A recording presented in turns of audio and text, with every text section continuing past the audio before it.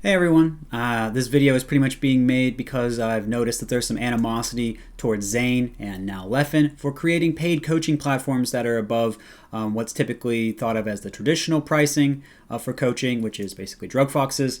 And I wanted to kind of talk about whether coaching was worth it for people or good for certain people and not for others. And I also wanted to kind of talk about where I thought maybe some of the back and forth fighting on this may be coming from. And so I kind of wanted to start there, and I wanted to say that I think there are two kind of ideals which are both very well meaning that may be bumping into each other a little bit. The first would be that I think we want Melee players to make a good living. I think we know that if more Melee players are making more, then more people can dedicate themselves to the game. I mean, we even knew that IBDW, such a strong player, was having a hard time making ends meet for such a long time. So I think people generally do know that more money in Melee in some form, not in all forms, but in some form would be beneficial. However, this is a very fair concern that a lot of people have, we certainly don't want our passionate, somewhat grassroots community to be exploited in any way. We're worried about that with Nintendo. We're worried about that in a lot of other ways. So I think this is very fair, and what I want to kind of do is kind of talk about. I don't want to spend too much time talking about this part, but I think that some people might think these viewpoints are opposed. I wouldn't necessarily agree, but that's not really what I want to talk about. I just kind of wanted to throw that out there for people to think about a little bit as I kind of get into what I'm saying. What I'd rather spend this talk doing is say whether the coaching is valuable for someone or if it's not. So that way people that are saying this isn't worth it can say, well, this is maybe not worth it for me, and the people that might be saying it might be worth it can make a more informed decision, or people that can say it's not worth it can say, okay, well, at least I can see why it could be worth it for some people. I really just kind of wanted to throw my thoughts out there about the value of coaching because so much of it is happening right now, and I think having discussion around this would be a good thing rather than some of the insults, at least that I've seen. And then if someone does end up wanting to take coaching, then I'd certainly like to give them, I like to give some of my recommendations, or not maybe recommendations, but my suggestions at the end for some people and their styles and how that might be the best value for someone's money. But I think the best thing to do here is to talk about when coaching is not valuable. Your own money is certainly important, so you want to make sure you spend that wisely. But I'd say coaching isn't valuable if you don't have adequate resources such as the time or the money or motivation. Not having enough time means you can't practice or think about what you were told. And of course, the money means you can't pay for the coaching or maybe even enter certain tournaments depending on the severity of that circumstance. And motivation means that even if you had the other two, you might not be able to use any advice well. The last point isn't necessarily true about motivation, but I'm going to get into more of that in a little bit when I talk about coaching benefits. But anyway, if you are improving, fine, and then there isn't really a drastic need for coaching. Many people find an improvement process that works, and they stick to it until they either stop doing it or it takes them as far as it can go. So if you're improving, fine, you don't necessarily need a coach.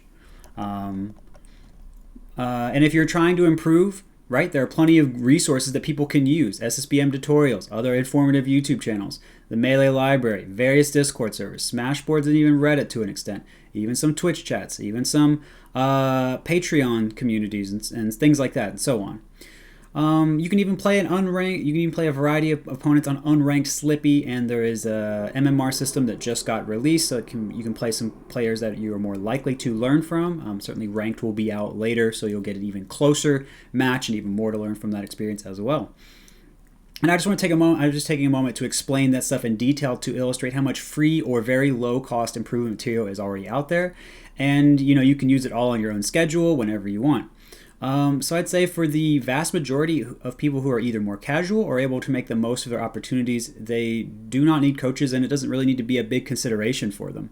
In fact, probably, since so many people can be doing coaching at a time and there aren't that many, there's only so many people that could be getting coached at once anyway, and it's not a very high number. But if all of this stuff is true, if all these resources are there, why would anyone get a coach? And I decided to list 4 of the best reasons I could think of for someone getting one. The first would be that you struggle weeding through all of the information that I just listed to try and find what is the most valuable. just as an example of this, I think this is one of the most clear ones that I come across a lot with people. People say, there's just so many people out there that say, work on your fundamentals, work on your fundamentals. And some people may even describe what these fundamentals are. But different teachers, different coaches may define fundamentals differently, either in part or maybe even a big way. And, it can be, sometimes you maybe want a more clear, distilled form of all the information that's out there, or just you want a more in-depth look at their definition of something like fundamentals. A second reason you might want to coach would be you've gotten stuck in your improvement process. Sometimes people need a new perspective, and it takes some time to flesh it out instead of just asking a few questions. These places where you're stuck are pivotal moments, I believe. And I've seen people's melee and sense of self improve when working through them honestly. Not everyone does this because it's so hard, and coaches can give insight into this process, partly because they've been there themselves in some way or even an entire way.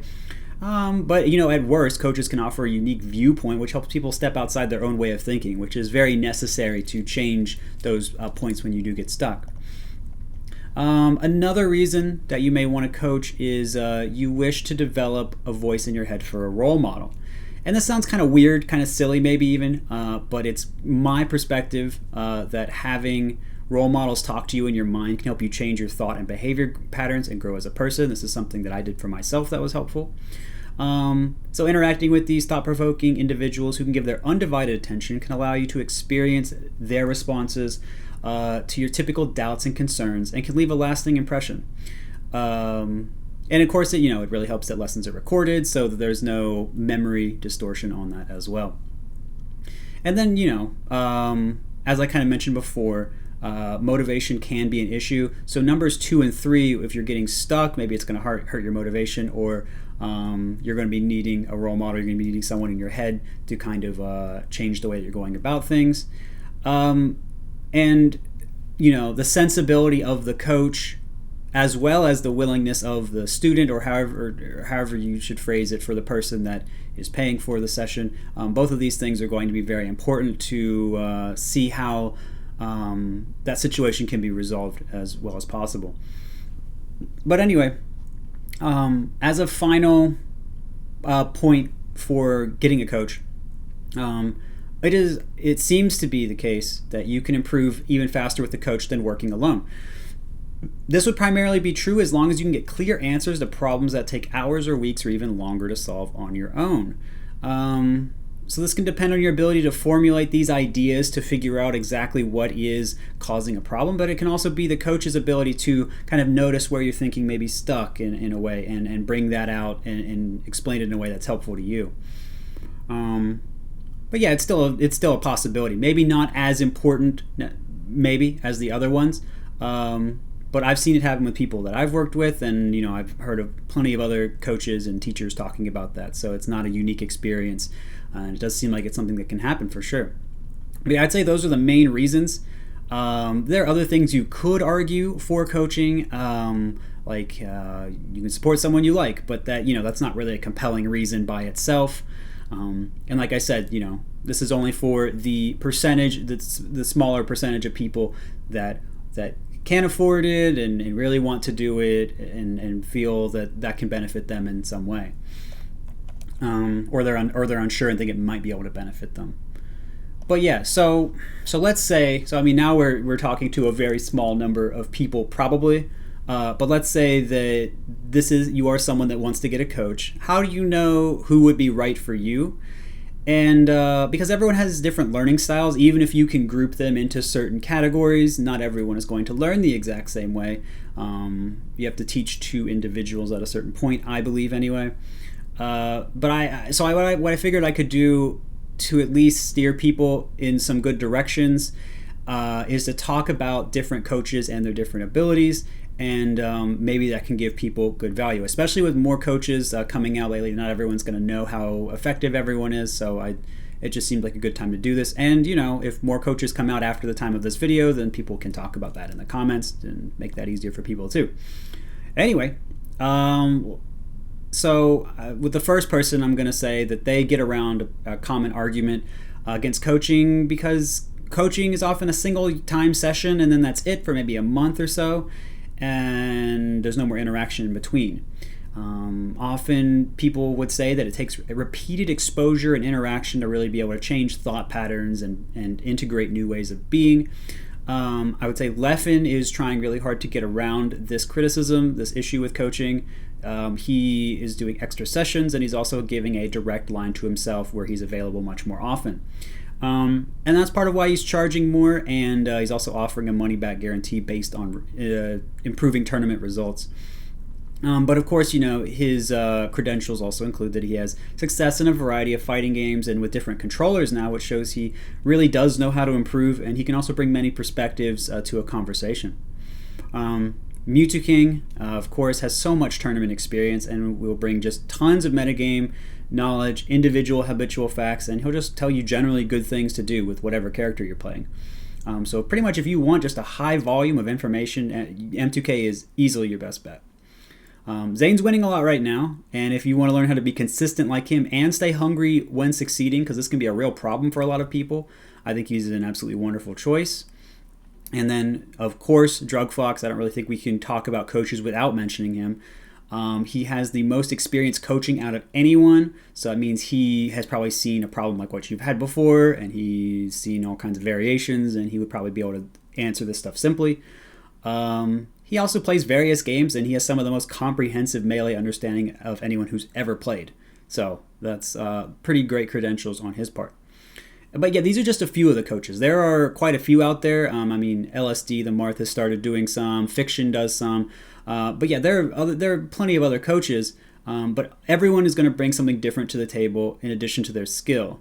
And since I do some of my own coaching, I will take a moment in this video to kind of talk about what I think that I can add to people, or add what I believe I can do for people if we ended up working together. I believe I know pretty well how to play the game as a human being. I don't really ignore the fact that life and Melee are intimately connected, and I'll try to focus in on how I can get someone functioning well as possible on as many different fronts as possible, because I feel like that all builds upon itself, leaving no weaknesses, and so then people can really feel like a whole individual. And in terms of Melee itself, I feel like I'm pretty good at distilling complex topics into simple, digestible form. But yeah, okay. Enough about me. We're gonna wrap up because I don't really want the video to go on too long. I wanted this to be a shorter, simpler discussion that hopefully adds something constructive to the whole coaching debate right now. Certainly there is more I'd like to say, but I think for now this is fine. And I hope I've been able to make a decent case that more quality coaching can benefit everyone.